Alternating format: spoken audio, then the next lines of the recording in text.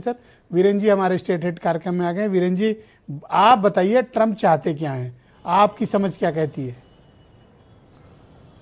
ब्रजेश जी, America के राष्ट्रपति का इस समय निशाना 3-4 देशों पर है, जिसमें वेनेजुएला को वो ले चुके हैं, कोलंबिया, क्यूबा, ईरान, ये सब लाइन में हैं, और ग्रीनलैंड, इन सब को वो देर सवेर अपने कब्जे में लेना चाहते हैं। कहीं पर तेल है, कहीं पर लौह अयस्क है, कहीं पर मिनरल है, सब अलग अलग चीजें हैं। यूनाइटेड नेशन उन्होंने खत्म करके एक नया नाम दिया है, पैक्स सिलिका, एक वो संगठन बनाया उन्होंने इसी माह जनवरी में, और कहा है कि जिसको शामिल होना हो इसमें शामिल हो जाए। वैसे ट्रंप जब से आए हैं तब से पूरी दुनिया में उथल पुथल मची हुई है। अभी ट्रंप का कार्यकाल 1 ही साल का हुआ है, 2029 तक वो रहेंगे। पता नहीं कितनी दुनिया भर में गृह युद्ध छिड़ जाएगा, कितने देशों पर वो कब्जा करेंगे, और दुनिया तीसरे विश्व युद्ध की ओर जाएगी, क्या स्थिति बनेगी। अब तो आशंका इस बात की भी पैदा हो गई है कि अमेरिका में हर 4 साल पे जो राष्ट्रपति चुना जाता है, हो सकता है ट्रंप कहे कि अब जब तक मैं जीऊंगा मैं ही राष्ट्रपति रहूंगा। ये भी वो ऐलान कर सकते हैं, चुनाव ना होने दें, कोई बड़ी चीज नहीं है। वैसे क्यूबा पे संकट ज्यादा तेज है ईरान की तुलना में, क्योंकि हमने अभी तक तो एक देश के राष्ट्रपति सुना था, अब वो कह रहे हैं कि हम वेनेजुएला के भी कार्यवाहक राष्ट्रपति हैं। ब्रजेश जी, जैसे हमारे यहाँ अतिरिक्त चार्ज दिया जाता है राज्यपाल को, प्रमुख सचिवों को अतिरिक्त प्रमुख सचिव को या राज्यपाल को, कि मध्य प्रदेश के साथ बिहार भी देखेंगे, तो ट्रंप ने स्वयं को घोषित कर लिया कि अब हम वेनेजुएला का भी प्रभार देखेंगे। और बड़ी विचित्र बात है कि वेनेजुएला के पास अपनी कोई सिक्योरिटी भी नहीं थी, क्यूबा के लोग उनकी रक्षा करते थे, बदले में वो क्यूबा को तेल और पैसा देते थे। अब क्यूबा के पास भी तेल सस्ता मिलेगा नहीं तो अर्थव्यवस्था उनकी डगमगाएगी, तो उसका फायदा, पहले भी अमेरिका वहां प्रतिबंध लगाए हुए है, तो देश देर सवेर टूट जाएगा। देखिए, एक बात साफ है कि अमेरिका अब अपनी दादागिरी से ऊपर आगे बढ़ चुका है, और उसका साफ संदेश है कि जो हमारी बात नहीं मानेगा हम उसको लहूलुहान कर देंगे।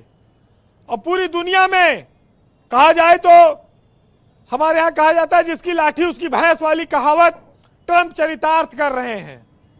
अब ये लाठी कब तक चलेगी, और इस ताकत के दम पर वो न्याय का बहाना लेकर कितने लोगों पर कब्जा करेंगे, ये भी बहुत कुछ कहा नहीं जा सकता।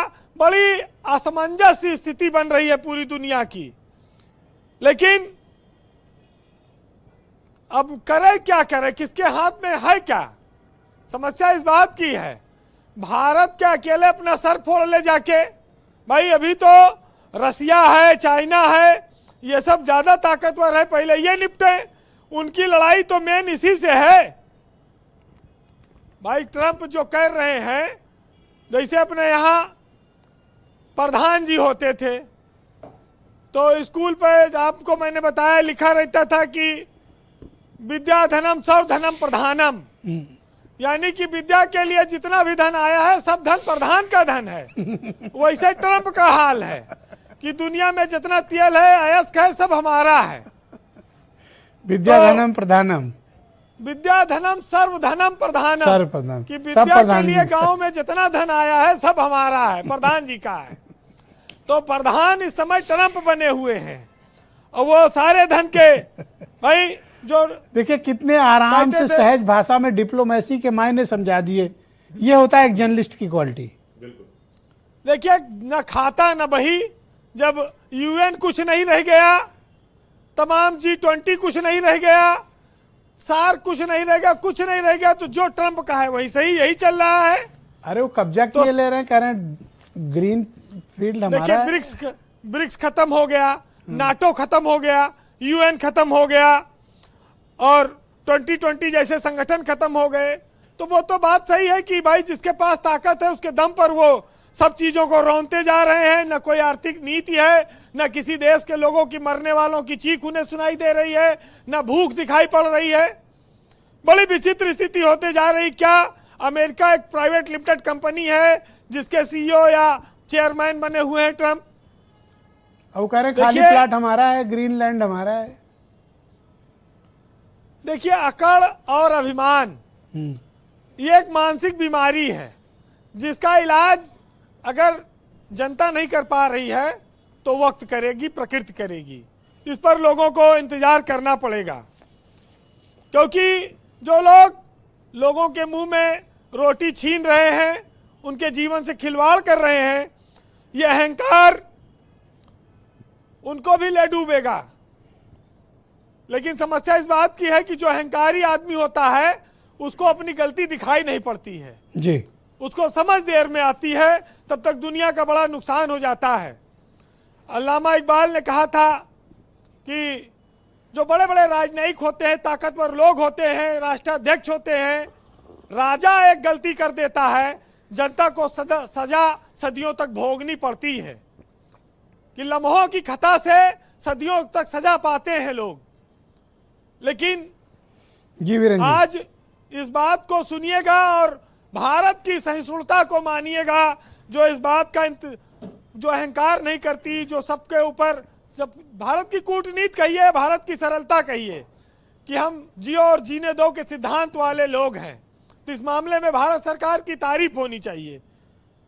एक साहित्यकार ने लिखा है कि जीत किसके लिए, हार किसके लिए, और जिंदगी भर दुनिया में ये तकरार किसके लिए, जो भी आया है वो जाएगा एक दिन, तो फिर इतना अहंकार किसके लिए। जी बहुत शुक्रिया वीरेंद्र जी, आपका बहुत बहुत धन्यवाद ग्राउंड जीरो से अपना फीडबैक, ओपिनियन और ऑब्जर्वेशन हम तक पहुंचाने के लिए। एक